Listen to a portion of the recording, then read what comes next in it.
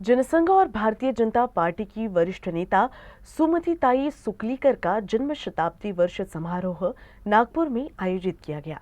इस कार्यक्रम में मुख्यमंत्री देवेंद्र फडणवीस और केंद्रीय मंत्री नितिन गडकरी के ही साथ राज्य के कैबिनेट मंत्री चंद्रशेखर बावनकुले उपस्थित थे।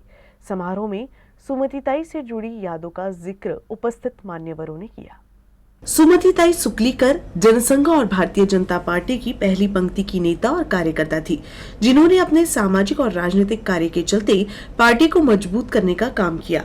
उनके जन्म शताब्दी वर्ष समारोह में आयोजित कार्यक्रम में बोलते हुए गडकरी ने कहा कि आज भाजपा को अंतर्राष्ट्रीय स्तर पर मान्यता मिली है, लेकिन एक समय स्थिति पार्टी के लिए प्रतिकूल थी। सुमति ताई सुकलीकर ने ऐसे ही प्रतिकूल समय में काम किया, जिसका फल आज हमें मिल रहा है। 1977 साली जनता पार्टीच्या चिन्हावर जेव्हा निवडणूक लढवल्या गेली होती, त्यावेळी अर्ध्या नागपूरमध्ये सायकल रिक्षावर किंवा ऑटो रिक्षावर जनता पार्टीला मत द्या असं म्हणणारा रिक्षा घेऊन अनाउन्समेंट करायला मी त्यावेळी फिरायचो।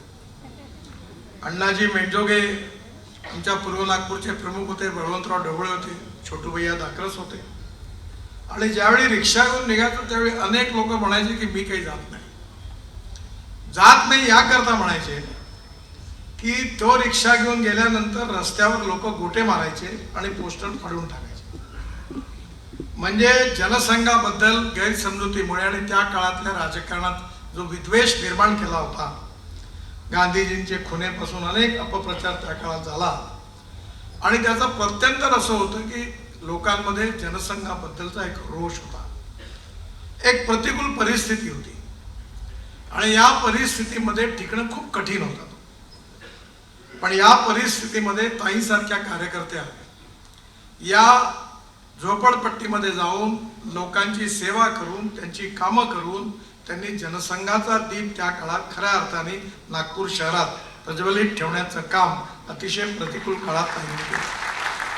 वहीं फडणवीस ने भी सुमति ताई से जुड़ी यादों को साझा किया और बाल जगत के साथ ही उनके सामाजिक और राजनीतिक कार्यों का जिक्र करते हुए लोकमाता के तौर पर संबोधित किया। दीनदयाल शोध संस्थान आणि बाल जगतच्या माध्यमातून ताईंनी जे कार्य उभं केलं, खरं म्हणजे माझ्यासारखा एक कार्यकर्ता हा देखील मी बाल जगतमध्ये जायचो, बाल जगतमध्ये आम्ही शिकलो। बाल जगतने आम्हाला पहिल्यांदा नाट्य महोत्सवामध्ये दिल्लीला नेलं, दिल्लीमध्ये अगदी लहान असताना त्या ठिकाणी जाण्याची संधी मिळाली। त्यामुळे या सगळ्या याच्यात बाल जगतमध्येही जी मुलं असायची, ताईंचं आपल्या मुलांसारखं त्यांच्याकडे लक्ष असायचं। काय चाललंय, ते काय शिकतायत, त्यांना काय शिकवलं जात आहे, त्यांच्यामध्ये काय चाललेलं आहे, अशा प्रकारचं त्यांचं जे काही सगळं नेतृत्व होतं। आज बाल जगतच्या माध्यमातून अनेक पिढ्या या त्या ठिकाणी आपल्याला तयार झालेल्या दिसतात। कैबिनेट मंत्री चंद्रशेखर बावनकुले ने भी सुमति ताई के कार्यों का जिक्र किया। सुमति ताई म्हणजे झुंजार रणरागिणी, आंदोलने, सत्याग्रह आणि आणीबाणीच्या काळातील धगधगते नेतृत्व। सुमति ताई म्हणजे अन्याय अत्याचाराच्या विरुद्ध पेटून उठणारी वाघीण।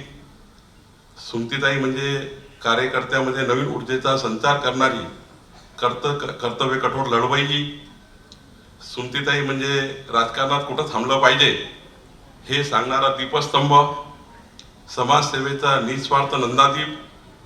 सुमति ताई म्हणजे बालकाच्या मनोविश्वासाचे मर्म सांगणारे, बालकांना संस्कारक्षम करणारे बालजगत। इस कार्यक्रम के दौरान सुमति ताई सुकलीकर के जीवन पर आधारित विशेषांक का विमोचन किए जाने के साथ ही ताई के साथ काम कर चुके पार्टी के कार्यकर्ताओं को सम्मानित भी किया गया।